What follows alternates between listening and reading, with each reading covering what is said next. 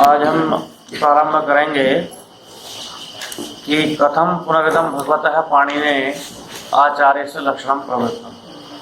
कि हमारे पाणिनि आचार्य ने जो सूत्र बनाए हैं वो किस लक्षण को लेकर के बनाए हैं, अर्थात नित्य मान करके या अनित्य मान करके। शब्द नित्य है इस पक्ष को मान करके उन्होंने सूत्र बनाए हैं, यह शब्द अनित्य है इस पक्ष को मान करके सूत्र बनाए हैं। और महाभाष्य का ये सबसे प्रसिद्ध वार्तिक है, सबसे पहला वार्तिक इसका प्रयोग आता है प्रतियोगी परीक्षाओं में, और ये अन्यत्र भी ये बहुत अधिक पूछा जाता है। सिद्धे शब्दार्थ संबंधे, सिद्धे शब्दार्थ संबंधे। यहाँ सिद्ध का मतलब है नित्य, सिद्ध माने नित्य। शब्द अर्थ संबंध, तीन चीजें हैं। क्या क्या? शब्द अर्थ संबंध। शब्द और शब्द का अर्थ और उनका आपस में संबंध, तीन चीजें हो गई। शब्द, शब्द का अर्थ और उनका परस्पर संबंध, ये सारी की सारी चीजें क्या होती हैं? सिद्ध होती हैं, नित्य होती हैं। अतः उनका संबंध क्या था? शब्द भी नित्य है, अर्थ भी नित्य है, और उनका जो परस्पर संबंध है वो भी क्या है? नित्य है। तो सिद्धे शब्दार्थ संबंधे, शब्द अर्थ और उसके संबंध के नित्य होने पर क्या बनाए गए हैं? सूत्र बनाए गए हैं। ऐसा अर्थ इसका करना चाहिए। जैसे अब आप कहोगे कि शब्द और अर्थ का संबंध जो है वो नित्य होता है, तो इसका एक प्रयोग साहित्य में भी देखने को मिला हमको कि जब आप रघुवंश पढ़ेंगे तो रघुवंश का पहला श्लोक पढ़ेंगे आप। वागार्थ इव संपृक्तौ वागार्थ प्रतिपत्तये जगतः पितरौ वन्दे पार्वती परमेश्वरौ। तो वागार्थो इव संपृक्तौ, है ना?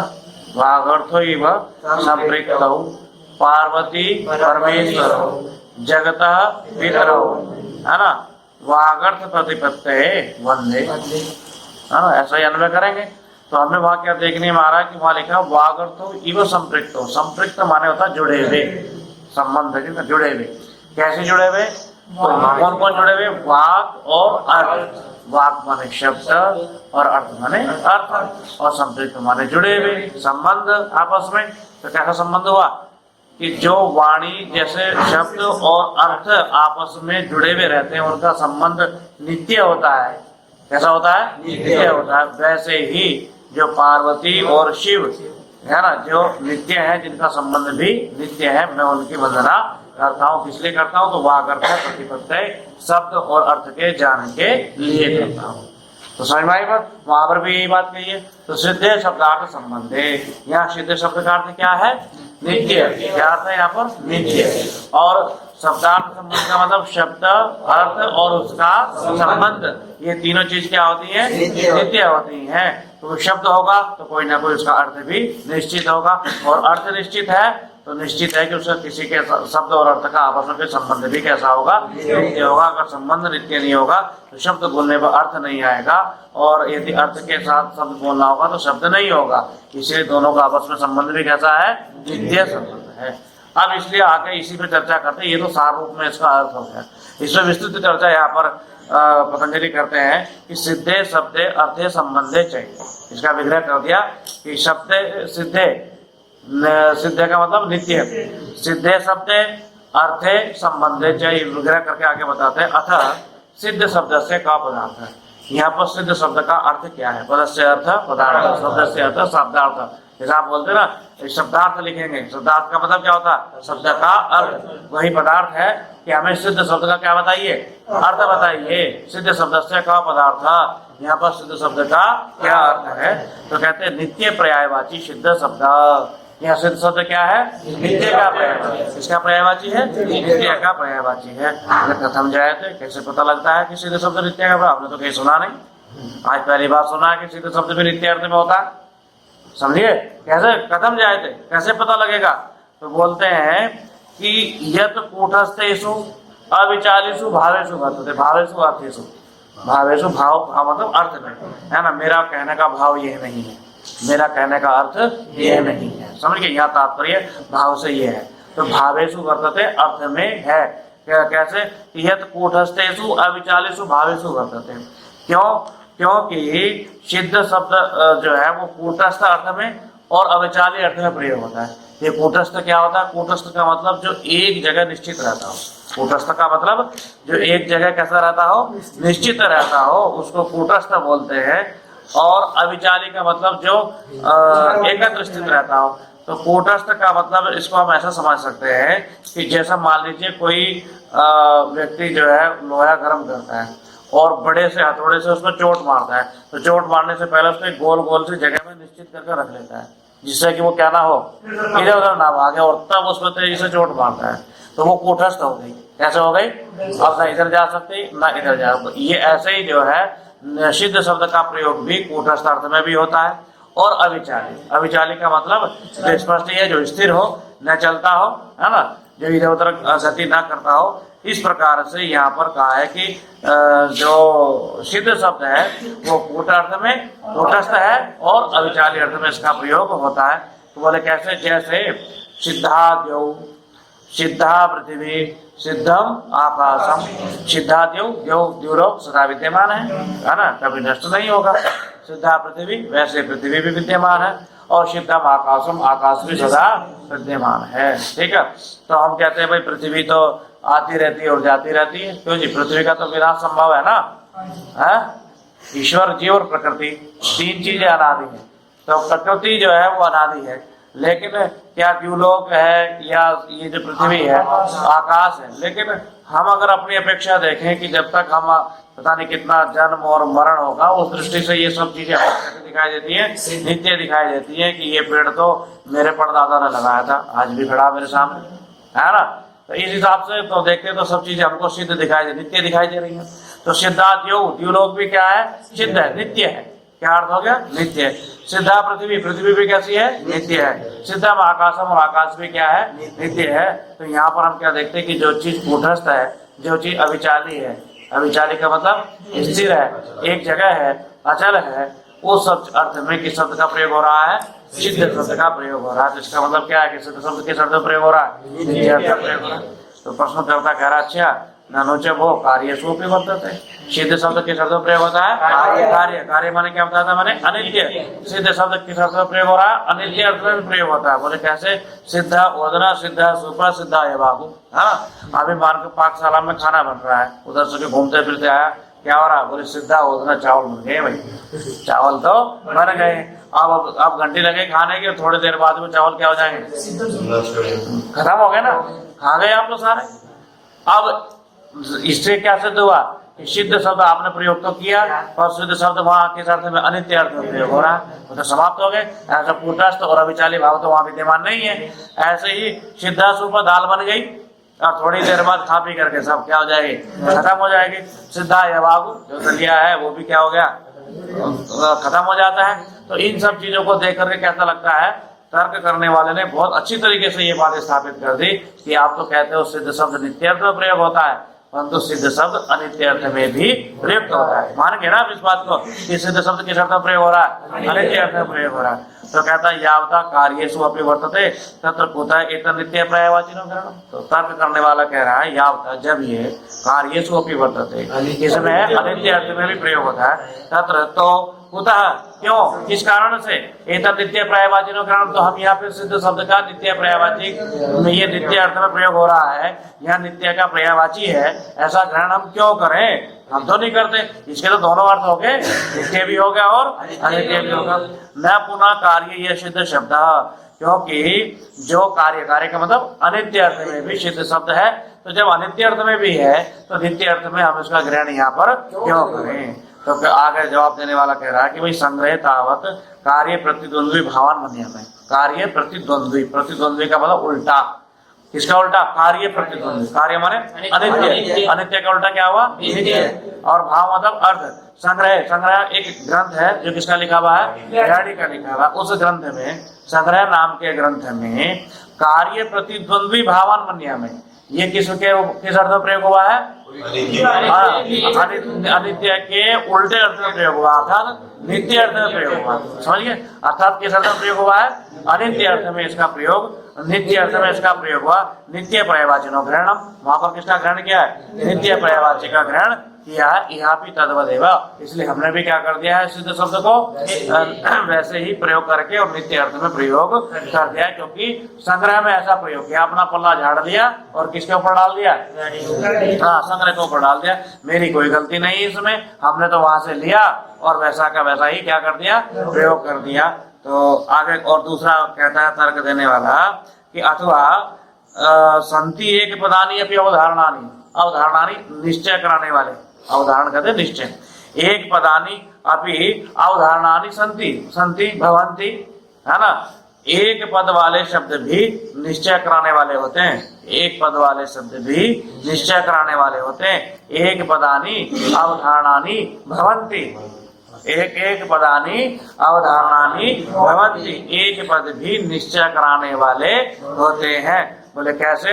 बोले अपभक्ष वायु भक्ष, अपभक्ष वायु भक्ष, अप माने जल, अपभक्ष जल का पान करने वाला और वायु भक्ष वायु का पान करने वाला। तो इससे क्या पता लग जाता है? ये पानी ही पीता है और ये वायु ही पीता है। तो क्या बात? निश्चय करा दिया ना, निश्चय कराया ना। अपभक्ष इतना एक शब्द बोला हमने और उससे क्या निश्चय हो गया? कि ये केवल पानी ही पीता है। वायु भक्ष एक शब्द बोला, उससे ही क्या निश्चय हो गया? कि ये केवल वायु ही पीता है। तो अपएव भक्ष्यति, वायु में वो भक्ष्यति इति गम्यते, गम्यते जायते, जाना जाता है उसी से ही कि ये जल ही पान करता है, वायु का ही भक्षण करता है, इस बात का पता लगता है। तो एवं यहाँ पर भी ऐसे मान लीजिए कि सिद्ध एवं न साध्य, इसी प्रकार से यहाँ जो सिद्ध ही है, साध्य नहीं है। साध्य क्या होता है? साध्य का मतलब जिसको अभी क्या करना है? साधना योग्य। लेकिन ये साध्य योग्य नहीं, ये सिद्ध ही है। सिद्ध वो जो पहले से उसी रूप में हमारे पास में निरंतर चला आ रहा है, प्रवाह रूप से हमारे पास तक पहुंच रहा है। तो एक पद से भी कई बार क्या हो जाता है? निश्चय हो जाता है। तो यहाँ पर भी हम क्या कहेंगे? सिद्ध एवं, सिद्ध एवं कहने से मतलब क्या हो जाएगा? नित्य ही, ऐसा अर्थ निकल जाएगा। तो फिर यहाँ अनित्य की जो है जो आप कल्पना करना चाहते हो वो नहीं होगी। तो और फिर दूसरा एक और हेतु दे, अथवा और इतने से भी आपको शांति नहीं पड़ रही तो पूर्व पद लोकोत्तर द्रष्टव्य। क्या मान लीजिए आप? पूर्व पद मान लीजिए। क्या मान लीजिए? पूर्व पद समास होता है ना, कहीं उत्तर पद लोपी बहुब्री होता है, कहीं पूर्व पद लोपी बहुब्री होता है ना, कहीं मध्य पद लोपी बहुब्री होता है। तो ये कहते हैं कि यहाँ आप कौन सा समास मान लीजिए? पूर्व पद लोपी समास मान लीजिए। पूर्व पद लोकोत्तर द्रष्टव्य। कौन से पद का लोप?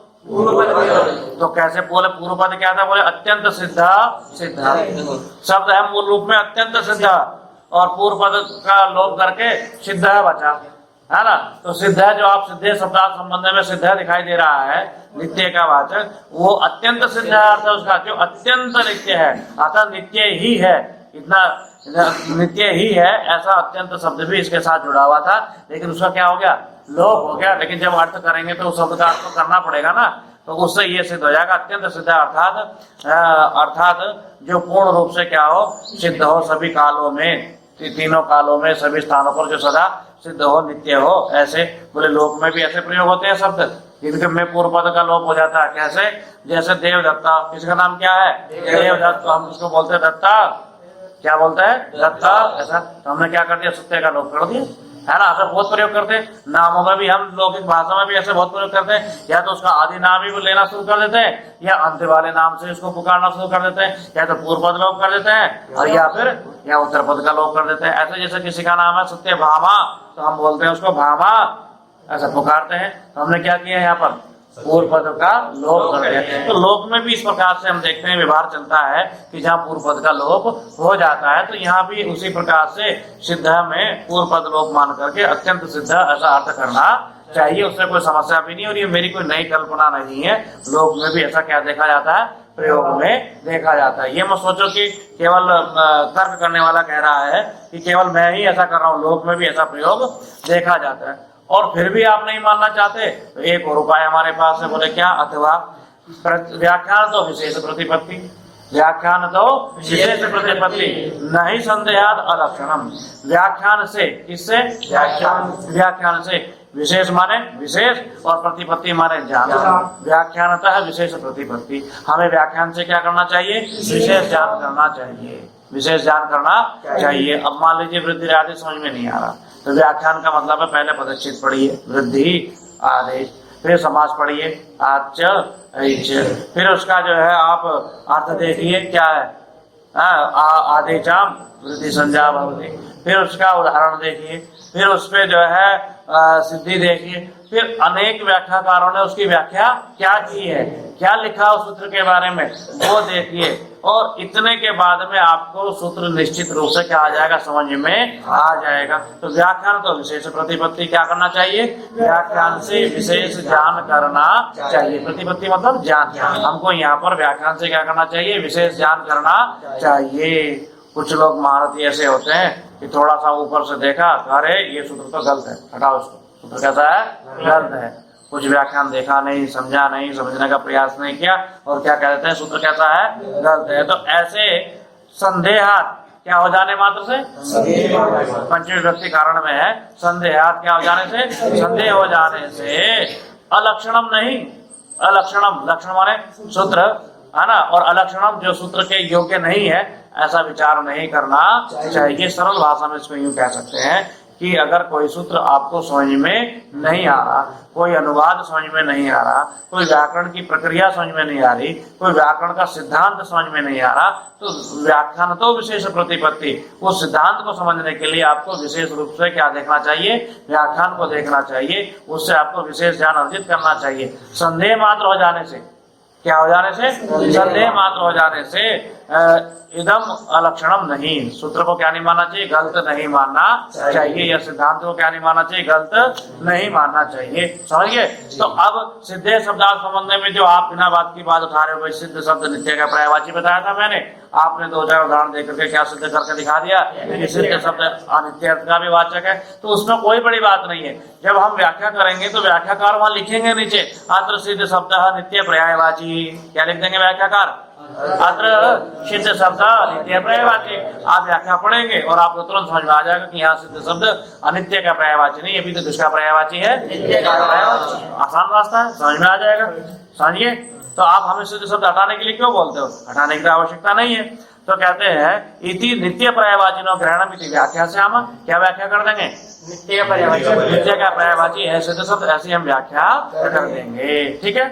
अब आगे कहते हैं तो किम पुनः अनेन वर्णेन, तो परेशान होकर के बोलता है कि ये जो आपने इतना वर्णन किया, पूर्व पद लोकोत्तर द्रष्टव्य, व्याख्यान तो विशेष प्रतिपत्ति, संति एक पदानी अपि अवधारणानी, और उससे पहले एक हेतु और दिया कि भाई संग्रह में ऐसा कहा है। भाई संग्रह में कहा होगा, हमें उससे क्या लेना देना ना। मैं ये कहता कि आपको ये एक पद अवधारण वाले हैं या नहीं है, पूर्व पद लोप भी छोड़ो आप, व्याख्यान तो विशेष प्रतिपत्ति की भी आवश्यकता नहीं। किम पुनः अनेन वर्णेन, ये जो आपने इतना सारा वर्णन किया, इससे क्या लाभ? कोई लाभ नहीं है। बोले क्यों? अरे भाई महाराज, इसमें ही सिद्ध की जगह नित्य पढ़ दो ना। क्या पढ़ दो? नित्य। तो क्या बन जाएगा? नित्य शब्दार्थ संबंध, बात खत्म। आसान समझ में आ गया? आ गया ना आसानी से समझ में? बोलो समझ में आया? नित्य शब्दार्थ संबंध, इतना सब जो आप इतना जाल घूम रहे हो, ये करो वो करो, ये सब करने की आवश्यकता ही नहीं। आप इसे हटाओ और सीधा शब्द क्या रख गया? नित्य, और झंझट खत्म। बिल्कुल आसानी से समझ में आ रहा है। बात तो ठीक है ना? गलत तो नहीं है ना? आसान समझ में आ गया ना? उसी बात को कह रहे हैं कि न महता कंठे न नित्य शब्द उपात। आप इतना जो कंठ कर रहे हो, तो आप महता कंठ का मतलब है खुले कंठ से, मुक्त कंठ से प्रशंसा करी, जैसे बोलते हैं ना। तो मुक्त कंठ से प्रशंसा करने का मतलब क्या? बड़ी उदारता से प्रशंसा करी। ऐसा ही यहाँ महता कंठ न करते क्या है? बड़ी उदारता से, बड़ी शालीनता से, आप कोई विरोध न लेते हुए आप ऐसा कर दीजिए कि यहाँ पर नित्य शब्द उपात, किसको रख दीजिए? नित्य शब्द को रख दीजिए। तो यस्मिन उपाधि माने असंदेह से, बहुत बढ़िया काम हो जाएगा। जिसको रख देने से क्या हो जाएगा? असंदेह हो जाएगा, कोई संदेह नहीं रहेगा। तो फिर जब घूम फिर कर गए तो भाई एक काम और बच गया, क्या? मंगलार्थम, है ना। एक काम और करना चाहते थे हम कि मंगल भी हो जाए और नित्य का भी ग्रहण हो जाए, दोनों का, दो हेतु सिद्ध हो जाए। मंगल भी हो जाए, इसका पढ़ने वालों का भी मंगल हो, है ना, मंगल का भी वाचक हो जाए और नित्य का भी पर्यायवाची हो जाए। इसलिए हम ऐसा करना चाहते हैं, क्योंकि नित्य में नित्य अर्थ का को द्योतित कराने का सामर्थ्य तो है, वो तो हम मान गए। कि भाई नित्य शब्द में नित्य अर्थ को द्योतित कराने का सामर्थ्य तो है, पर नित्य शब्द में मंगल का अर्थ द्योतित कराने का सामर्थ्य नहीं है। इसीलिए हम चाहते हैं कि यहाँ पर किस शब्द को रखा जाए, नित्य शब्द को रखा जाए। तो कह रहे मंगलार्थम, है ना, मंगलार्थम किसके लिए, मंगल के लिए। मांगलिक आचार्य, मंगल की कामना करने वाले आचार्य कौन है यहाँ, नहीं वार्तिक है ये, कात्यायन। हाँ, वो वहाँ पाणिनि थे, यहाँ कात्यायन है, तो सब मंगल करेंगे ना, एक ही आचार्य थोड़ा ना मंगल करेगा। तो मांगलिक आचार्य कौन, मंगल की कामना करने वाले आचार्य वार्तिकार कात्यायन। महत शास्त्रों से मंगलार्थम, इस महान शास्त्र समूह के मंगल के लिए सिद्ध शब्दम आदित्य प्रेमते, तो वार्तिक बनाने शुरू किए, इसलिए सबसे पहले वार्तिक में उन्होंने क्या शब्द रखा, सिद्ध शब्द रखा। जैसे पाणिनि ने सबसे पहले सूत्र में कौन सा शब्द रखा, वृद्धि शब्द रखा, तो कात्यायन ने भी उसी परंपरा का अनुसरण करते हुए सबसे पहले क्या शब्द रखा, सिद्ध शब्द रखा।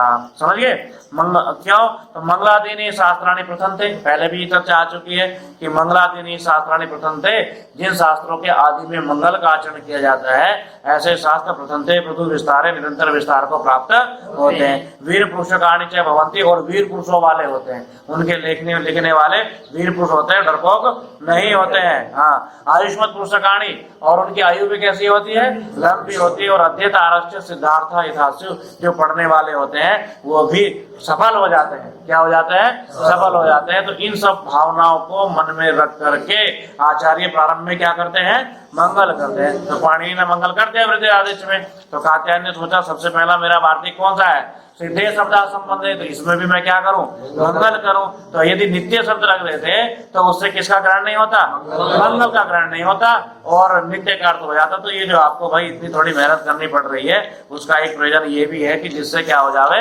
मंगल हो जावे। अयम खलवा भी नित्य शब्दों, और दूसरा तर्क करने वाला कहता है, और सुनो मैं भी इस बात को जानता हूँ कि आप जो बता रहे हो ना कि नित्य शब्द जो है नित्य अर्थ में प्रयोग होता है, तो ये भी ऐसा नहीं है। अब देखो, अयम खलु अपनी नित्य शब्दों नावश्यम कोठेश तो विचालीसु भावेषु, आपने कहा कि नहीं नित्य तो केवल नित्य रख देने से असंदेह हो जाएगा, तो ऐसा नहीं है कि नित्य रख देने से भी क्या हो जाएगा, असंदेह हो जाएगा, फिर भी संदेह बना रहेगा। बोले क्यों, क्योंकि नित्य शब्द हो न माने नहीं, अवश्य माने अवश्य। ये जरूरी नहीं कि नित्य शब्द जो है कूटस्थेषु अविचालीसु भावेषु वर्तते, कि नित्य शब्द कूटस्थ और अविचाली अर्थ में प्रयोग होता है। बोले किम तरी, आवेक्षणीय भी नित्य शब्द जो है, आवेक्षणीय का मतलब बाहुल्य अर्थ में, प्रचुर अर्थ में भी प्रयोग होता है। तो बोले कैसे, तथा नित्य प्रायश्चिता, नित्य प्रायश्चिता का मतलब बहुत बहुत अत्यधिक हंसने वाला। नित्य प्रायश्चिता का अर्थ क्या होगा, बहुत हंसने वाला। नित्य प्रजल्पिता, बहुत अधिक बोलने वाला। तो अब नित्य शब्द का भी देखो क्या अर्थ आ गया यहाँ पर, आवेक्षण अर्थ हो गया। तो यदि मान के चलो मैं सिद्धे की जगह नित्य भी रख दूं तो भी समस्या हो जाएगी कि यहाँ नित्य का पर्यायवाची है या आवेक्षण का पर्यायवाची है, तो संदेह तो वहां भी हो जाएगा। समझिए, संदेह तो वहां भी हो जाएगा। और यावत आवेक्षणीय भी वर्तते तथापि अनेन वर्तस्यात्, तो दूसरे वाला कह रहा है कि अगर मान लो रख भी दो, आवेक्षणीय में है भी, तो फिर व्याख्यान तो विशेष प्रतिपत्ति नहीं संदेह आवेक्षणम, तो क्या हो जाएगा, उसका व्याख्यान कर देंगे। अतः नित्य शब्द कूटस्थेषु अविचाल्य भावेषु वर्तते, इस प्रकार का व्याख्यान कर देंगे। तो पश्यते तो आचार्य मंगलार्थश्चैव सिद्ध शब्द आदित्य प्रयुक्त भविष्यति, कार्य तो सिद्ध हो जाएगा नित्य शब्द को रख करके। परंतु जो आचार्य कौन से, कात्यायन, आचार्य कात्यायन जो यहाँ मंगल करने की इच्छा रखते हैं, इसलिए उन्होंने सिद्ध शब्द आदित्य प्रयुक्त भविष्यति, वो कार्य कब सिद्ध होगा, जब सिद्ध शब्द को हम सबसे आदि में प्रयोग करेंगे। और सक्षामी चयनम नित्य पर्यायवाचनम वर्णयितुम, और आचार्य ने विचार कर लिया कि फिर बाद में मैं इसको नित्य पर्याय के रूप में, नित्य शब्द के पर्यायवाची के रूप में इसकी व्याख्या कर दूंगा। वो सामर्थ्य रखता हूं मैं, सक्षामी कर दूंगा। इसीलिए उन्होंने क्या रखा यहाँ पर, सिद्ध शब्द रखा, कि सिद्ध शब्द से मंगल भी हो गया, सब सिद्ध हो जाओ, सबका कल्याण हो जाए, भला हो सबका, सफल हो जाओ सब पढ़ने में, ये भी कामना हो गई। और सिद्ध शब्द का यहाँ नित्य का पर्यायवाची भी हो गया, तो दोनों काम हो गए। इसलिए कहा अतः सिद्ध शब्द है वो पाता न नित्य शब्द, इसलिए यहाँ वार्तिक में सिद्ध शब्द को लिखा, नित्य शब्द को नहीं लिखा है। अब आगे कहते हैं, एक नया प्रसंग चालू हो रहा है। अतः कम पुनः पदार्थ मत्वा ऐसा विग्रह क्रियते, ये जो आपने विग्रह किया सिद्धे शब्दे अर्थे संबंधे, ये जो विग्रह किया है किसको पदार्थ मान करके विग्रह किया, क्या प्रश्न उठाया? इसको पदार्थ मान करके ये विग्रह किया है। आकृति मिथ्या, जाति को मान करके, किसको मान करके? जाति को मान करके किया। होता है क्यों? आकृति ही नित्या द्रव्यम अनित्यम, इसलिए किया है। जाति नित्य होती है और द्रव्य क्या होता है? अनित्य होता है। द्रव्य क्या होता है? अनित्य। और जाति कैसी होती है? नित्य होती है, क्योंकि जाति तो सदा विद्यमान रहेगी। समझे? मनुष्य जाति है तो मनुष्य जाति की एक जो संभावित आकृति है ये तो सदा विद्यमान रहेगी।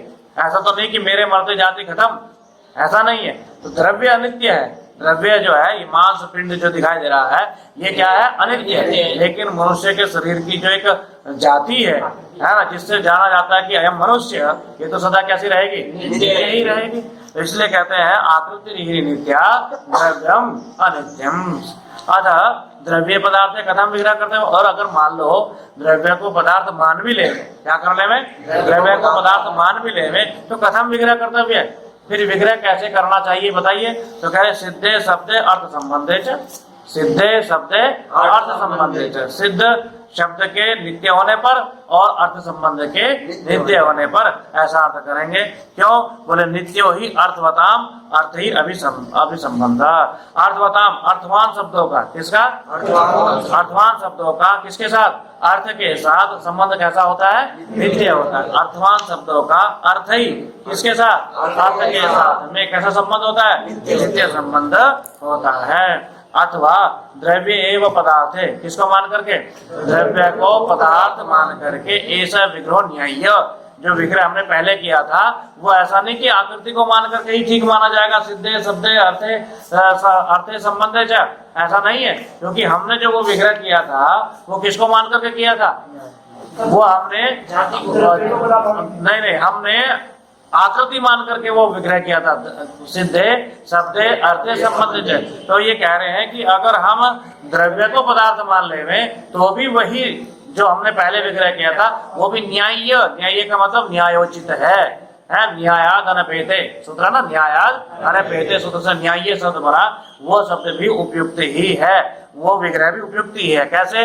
तो कहते हैं द्रव्यम ही नित्यम आकृति नित्य। उल्टा कर दिया आपकी बात। पहले तो क्या बताया था? आकृति नित्य है और द्रव्य अनित्य है। तो जब उसकी व्याख्या करी तो आपको भी समझ में आया, हाँ बिल्कुल सही बात है भाई, आकृति नित्य है और द्रव्य, आकृति नित्य है और द्रव्य अनित्य है ना। अब दूसरा तर्क करने वाला कहता है कि द्रव्य नित्य है और आकृति अनित्य है। बोले कथम जाए थे? कैसे? बोले एवं ही दृश्यते लोके, लोक में संसार में ऐसा देखा जाता है कि मृत माने मिट्टी, मृत माने मिट्टी, कयाचित आकृतिया युक्ता, किसी आकृति से जोड़ करके पिंडो भवती, उसका गोल गोल पिंड बना दिया था। मिट्टी है ना, मिट्टी गोली और पिंड बना दिया। तो मिट्टी क्या है? मिट्टी द्रव्य है, मिट्टी द्रव्य है और उसका जो पिंड बना दिया वो क्या होगी? आकृति है। तो उससे आकृति से युक्त कर दिया। फिर थोड़ी देर में आपके दिमाग में कुछ और बात आई तो पिंडाकृति उपमृत्य, वो जो पिंड बनाया था उसको तोड़ करके और घटिकाकृति आपने घड़ा बना दिया। कुम्हार बनाता ना घड़ा, उसी मिट्टी का आपने क्या बना दिया? घड़ा बना दिया। अब पहले वो पिंड आकृति में था, फिर पिंड आकृति खत्म हुई तो वो घड़े के, घटे का मतलब छोटे छोटे घड़े, घटी का मतलब छोटे छोटे घड़े, घड़े की आकृति में आ गया। लेकिन द्रव्य वही है मिट्टी, द्रव्य जो है दोनों जगह क्या है? मिट्टी ही है। और लेकिन आकृति क्या होती जा रही है? बदलती जा रही है। और फिर वो उससे भी ज्यादा आगे बढ़ा तो घटिका आकृति में उपमृत्य है। फिर वो घड़े भी जो बनाए थे छोटे मोटे उनको भी नष्ट करके, तोड़ करके कुंडी का आकृति बड़े बड़े कुंड बना दिए। क्या बना दिए? कुंड बना दिए। तो बताओ क्या नष्ट होती जा रही है? पहली कुछ और आकृति थी, दूसरी कुछ और आकृति, तीसरी कुछ और आकृति। मिट्टी वही है, द्रव्य वही है जिससे वो बनाया जा रहा है। स्पष्ट है? तो अब इस हेतु से क्या समझ में आई बात कि ये भी बात सही है, बिल्कुल है ना। दोनों पक्ष हो गए कि भाई ये बात भी सही है कि द्रव्य कैसा है? नित्य है और आकृति कैसी है? नित्य है। लेकिन पहले वाली चीज से ये समझ में आ रहा था कि भाई यहाँ आकृति नित्य है और द्रव्य अनित्य है। अब और एक उदाहरण है, तथा ऐसे ही दूसरा उदाहरण मान लीजिए सुवर्णम सोना, सुवर्णम सोना कयाचित आकृतिया युक्तम पिंडो भवती।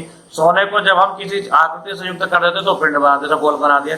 और पिंडाकृतिम उपमृत्य रुचिका क्रियन्ते, और उस पिंडाकृति को हटा करके जो रुचक नाम के जो है आभूषण बना दिए जाते हैं।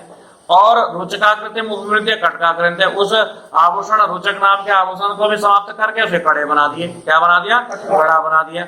अब इसमें कह रहे हैं कटकाकृति उपमृत्य स्वस्तिका क्रियन्ते, उस कड़े को भी नष्ट करके और फिर स्वस्तिक के चिन्ह की आकृति बना करके उसका आभूषण बना दिया। तो पुनरावृत्त है स्वर्ण पिंड, है ना, पुनरावृत्त है स्वर्ण पिंड, जो बार बार जो वही प्रयोग किया जा रहा है, जो सोने का पिंड है, पुनर्अपरया आकृत्य युक्त, किससे युक्त होकर के?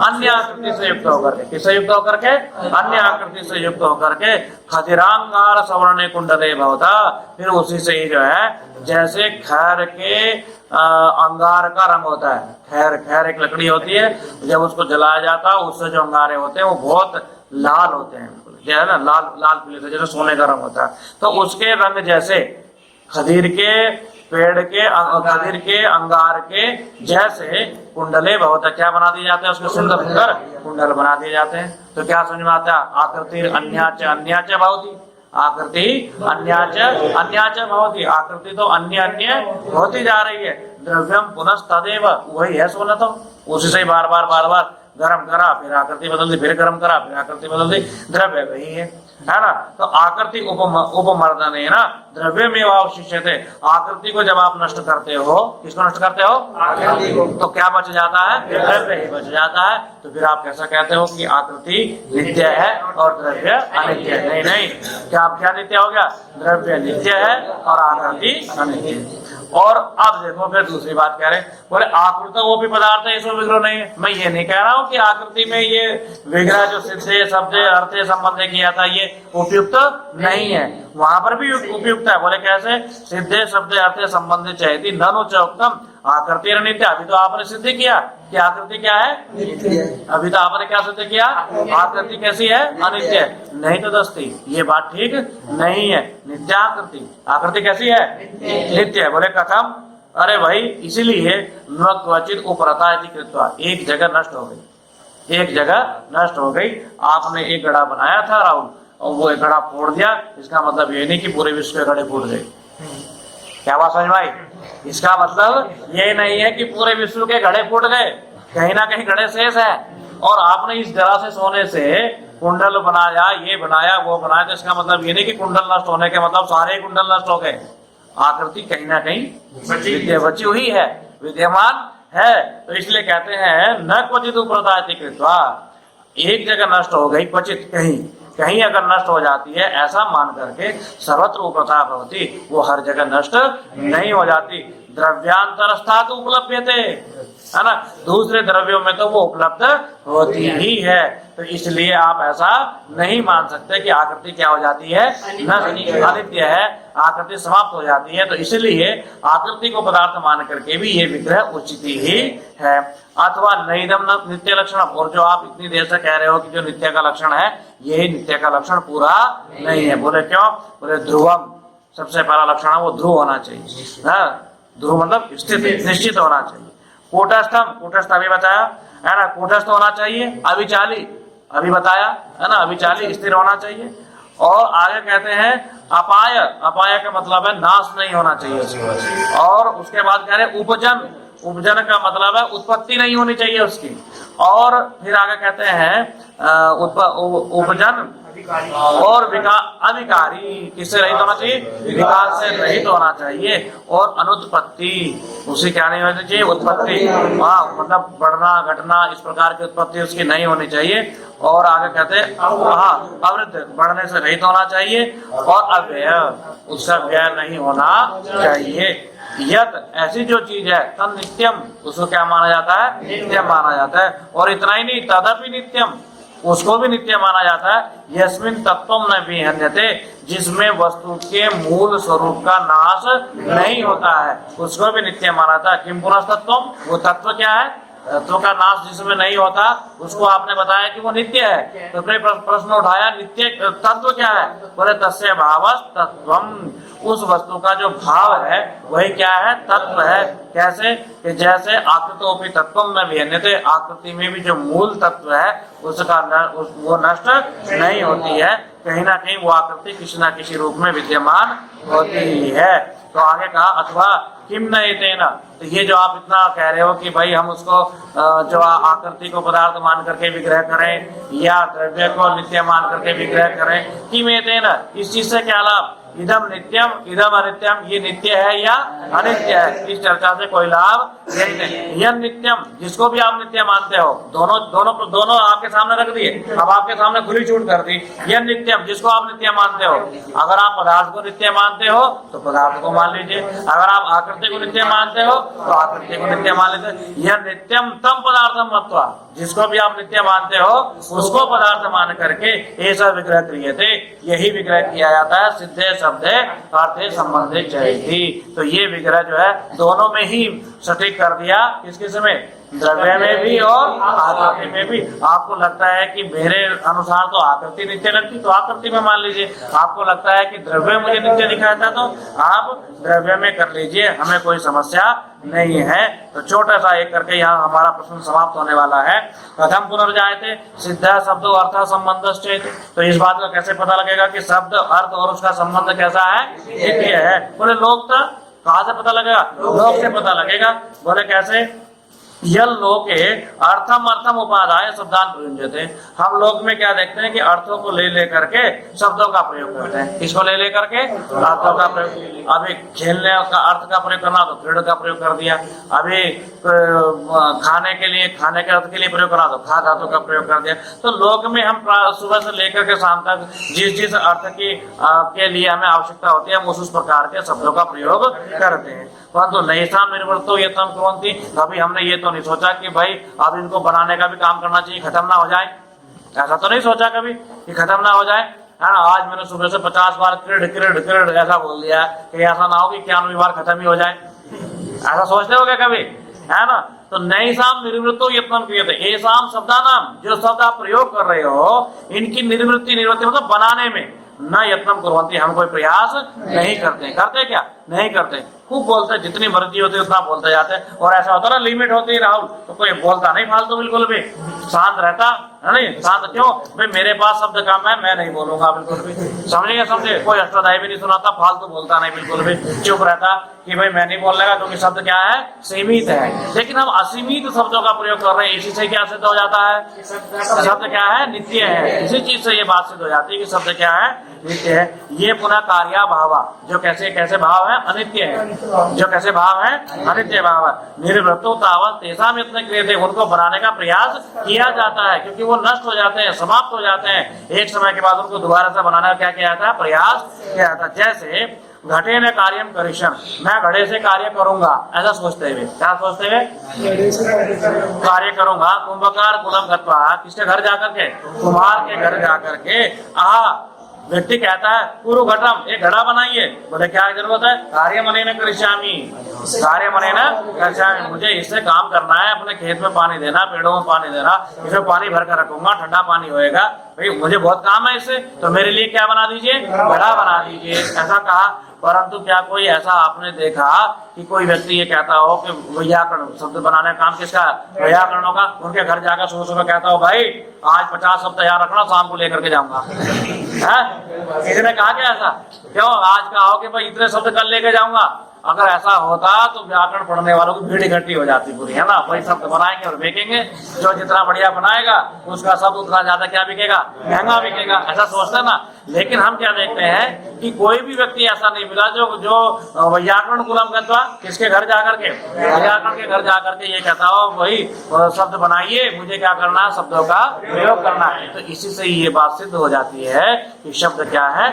नित्य है, क्योंकि नित्य वस्तु को बार बार बनाने की आवश्यकता नहीं है। जो अनित्य है उसी को बार बार बनाने की आवश्यकता होती है। तो यहाँ पर कहा तद यथा घटेन कार्यम करिष्यन् कुंभकार कुलम गत्वा कुरु घटम कार्य मने न करिष्यामि थी न तद्वत्। तद्वत् मतलब उसके समान। शब्दान प्रयुक्ष्यमाणो, शब्दों का प्रयोग करने की इच्छा करने वाला, है ना। वैयाकरण कुलम गत्वा, वैयाकरण के घर जाकर के बोलता है कुरु शब्दान प्रयोग से, शब्द बनाइए मुझे प्रयोग करने, ऐसा कभी कोई नहीं कहता है।